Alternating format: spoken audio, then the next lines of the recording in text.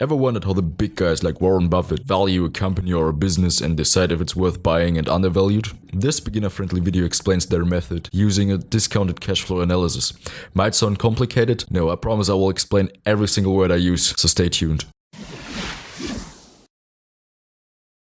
This is Daniel from Beat the Market, and today I'm going to explain you the discounted cash flow analysis. Let's start with a question. How much are you willing to pay if I granted you a future cash flow of $100 in a year? You will probably base your decision on two factors. One factor is the default risk. How likely am I to default and do not pay you this cash flow? And what's the risk-free rate? What is the market currently giving you without any risk? This is usually based on the T-bond or the T-bill rate. Let's assume that the T-bond rate currently is 3% and you estimate my default risk to be 4%. So you're at least demanding 7%. What's the math behind it? Well, you just solve for X and then you get the price that you are willing to pay today for the future cash flow based on the risk, the personal risk that I am representing. What happens if I said that I give you this cash flow in 2 years? Well, your interest rate basically compounds. Why not times 2? Well, you're demanding 7% in the first year and you're demanding 7% in the second year.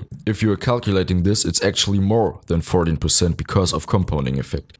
If you're just multiplying by 2, you are underestimating the compound effect. So that's basically a simple way to estimate how much you're willing to pay based on the risk that I am representing, the risk-free rate, and the amount of time that you have to wait for this future cash flow to appear. But how is this looking for a company? Well, a company releases an annual report every year. Let's assume that a company declares $100 in income in the annual report. Net income is the wrong way to come up with cash flows. Why? You have numbers like depreciation, which are not cash effective. They are accounting numbers. They do not affect cash.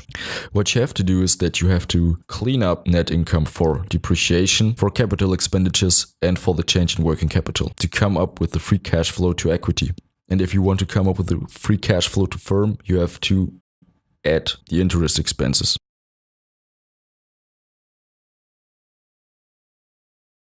Net income means after depreciation, amortization, interest expenses, and taxes. Depreciation and amortization are not cash effect. You have to clean that number up for them because they are accounting numbers. They do not affect free cash flow. So the easiest way to calculate the free cash flows, which is the amount of money that the company made attributable to any stakeholders in the firm. Let's take the EBIT. That's earnings before interest, so after depreciation and amortization. You have to add back the depreciation and you have to subtract the capital expenditures and the change in working capital. What is capital expenditures? Capital expenditures are expenditures a company make that do not come up in the calculation of operating income, because capital expenditures are expenditures that you are making for the long term to assure the prosperity of your company. They can be also found in the annual or quarterly report. So add back depreciation, subtract capital expenditures, and subtract the change in working capital to come up with the free cash flow. What's change in working capital, you want to ask? Well, working capital is inventory, accounts receivable, and accounts payable. If you build up inventory, you're giving up cash, but you didn't sold anything. So you didn't make cash off the buying of inventory. This reduces your cash. So if your inventory goes up, you want to reduce your calculation of free cash flow by that amount of money. Same goes with accounts receivable, because if you sell something but your buyer did not pay so far, that wasn't cash effective either. Opposite direction, if you give up accounts payable, that you pay back your short-term debt, that's cash effective in a negative way for you. How is my company going to grow over time? This number, the estimated growth, consists of two variables. It's return on capital and it's your reinvestment rate. What's the reinvestment rate? It's the amount of your NOPAT that you're reinvesting into your business, because in the long term, your future growth will be determined by your reinvestment. You cannot grow without reinvestments times your return on capital. What's the return on capital? It's your NOPAT divided by book value of equity plus book value of debt minus cash. It's the return on your capital you have invested into your company. And if you want to be more precise, you can also add the efficiency growth, which is your return on capital now subtracted by the return on capital in the last year. And if you increased your return on capital, that means you've been more efficient with the use of your capital. These numbers, you can estimate your future growth. And when you're coming up with your discounted cash flow analysis, you want to make it consistent. If you're assuming 20% growth, your numbers have to be backed up by your reinvestment rate and by your return on capital. If you do not reinvest money and you attribute all your cash flows to the shareholders, this will not work. You have to reinvest a good amount of money to grow. So after having come up with a plausible story, with a consistent story of future growth, of reinvestment rates, you can estimate your future cash flows. But be consistent. If your company is a growth company, you can assume another 5 or 10 years of growth.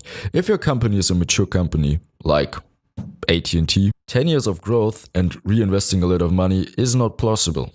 Look at the lifespan of your company. Is it declining? Is it currently a new company that's coming up? Make it consistent.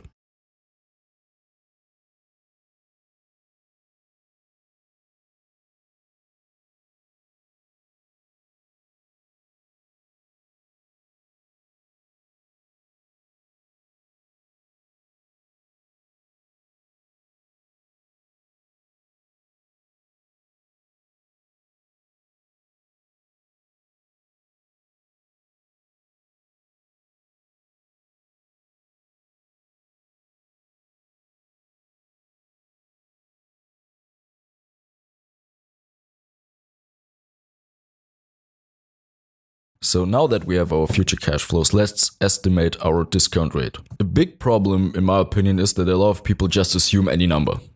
And that's good for you because your rationale is to say, well, I'm at least expecting 15% per year. Think about it. There are a lot of people in the market, a lot of institutional investors that are doing the prices. It's not you as a private investor. Those people who are driving the prices of a stock, what are they probably doing? Are they assuming 15% just because that's the number they came up with? Or are they using scientific approaches to come up with a discount rate? They're probably using scientific approaches. Well, what are the big guys doing? Well, you have to see that there are two interests in a company. One are equity investors and the other ones are the givers of debt. Let's start with the equity. Well, you're, as we already discussed, at least demanding the risk-free rate.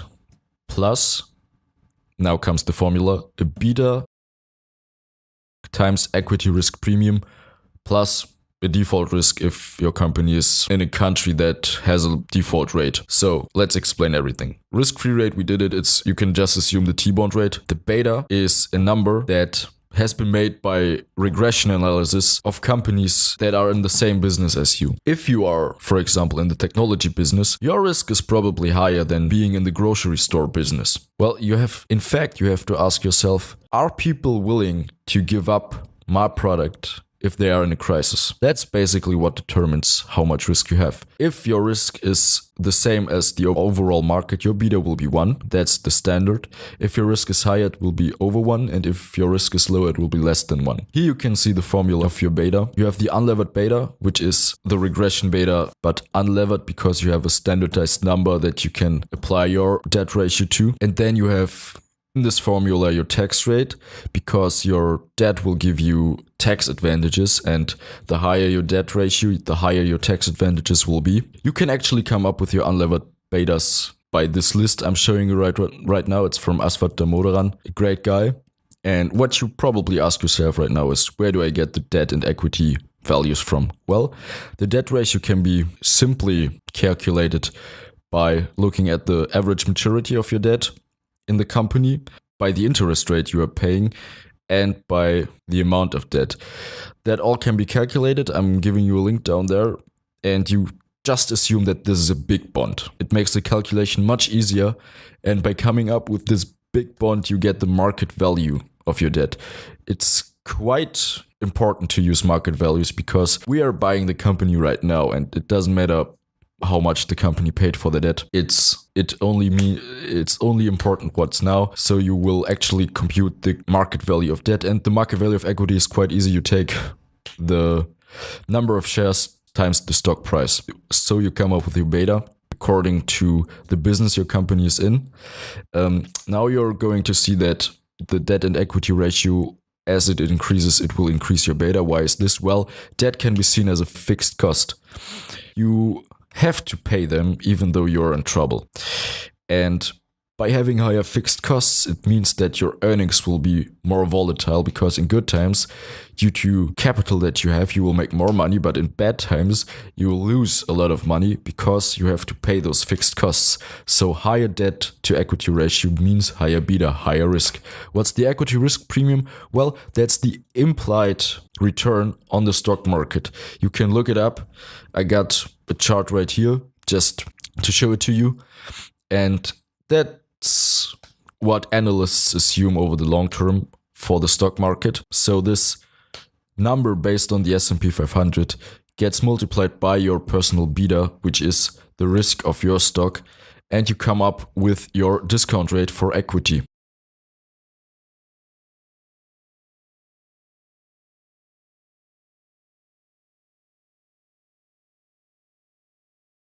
Now let's come to debt investors. For this, we have to look at the interest coverage ratio. This is a number that's telling you how likely is the company to pay their interest expenses. If this number is high, for example 3, it means that the company can pay back their upcoming interest expenses 3 times. If it's low, like 1, it means that all their EBIT is going into their interest expenses, which is not good.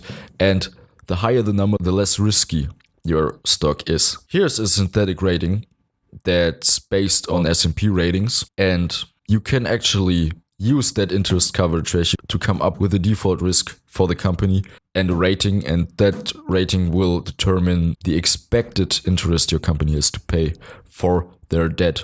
It's also called default spread, risk-free rate plus the default spread of the company. Now, since we are done with cost of equity and cost of debt, we can come up with the weighted average cost of capital, which is the ratio of debt times 1 minus your tax rate because of tax benefits. It actually reduces your cost of debt times pre-tax cost of debt plus your equity to capital ratio times cost of equity gives you the weighted average cost of capital. And this will be your discount rate. But keep in mind that over the long term, those rates can change.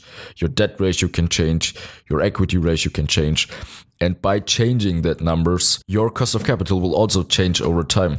So, as we have come up with our cash flows and our discount rates, we can calculate the future cash flows, but there's still something missing. It's the terminal value. In the end, after 10 years, we are assuming that our company keeps existing, but it will only grow with the rate of the GDP. Because if we're assuming higher growth, the company will actually become the economy. Because if you let it grow until infinity with a higher rate than the GDP, this doesn't make sense because it will ultimately become the economy. That terminal value is a number that's referring to infinity. You're basically calculating it by taking the last free cash flow and dividing it by your cost of capital minus expected GDP growth. As you got your present values, which is basically the term for your discounted free cash flows, you can sum them up and you got the sum of your present values, which determines the value of your asset or your company. You still have to add cash and you have to subtract the market value of debt to come up with the value of equity. What you still want to do is that you value the options and add cross holdings, but that's too much for this. And it will also not be that important, so just forget about this right now. If you want to explicitly know about this, write it down in the comments, and I will cover that too in a future video. So after we got the fair value of equity, we can divide it by the number of shares, and there it is, the fair value per share that we just calculated. If this fair value is lower than the actual stock price, you should probably sell your stock. If it's higher, you should probably buy, because that gap, if your narrative is logic and the market sees it as you, if your narrative is good, that gap will close and the price of the company will actually converge to the value of the company. Yeah. There are some things I just mentioned. It's the value of the options for employers, for employees and stuff like that. There are cross holdings that we didn't cover. There is R&D expenses that you should be capitalizing. There are operating leases that you should be capitalizing that will affect your return on capital. But those things are too much for this video. If you want to know more about it, write it down in the comments below. I hope that this explained a lot to you. If you still got any questions, write them down in the comments. I want to know, is this something for you? Which companies are you currently looking at? Hit the subscribe button, hit the bell, hit the thumbs up. I don't know. I hope I helped you. This was Daniel from Beat the Market. See you soon.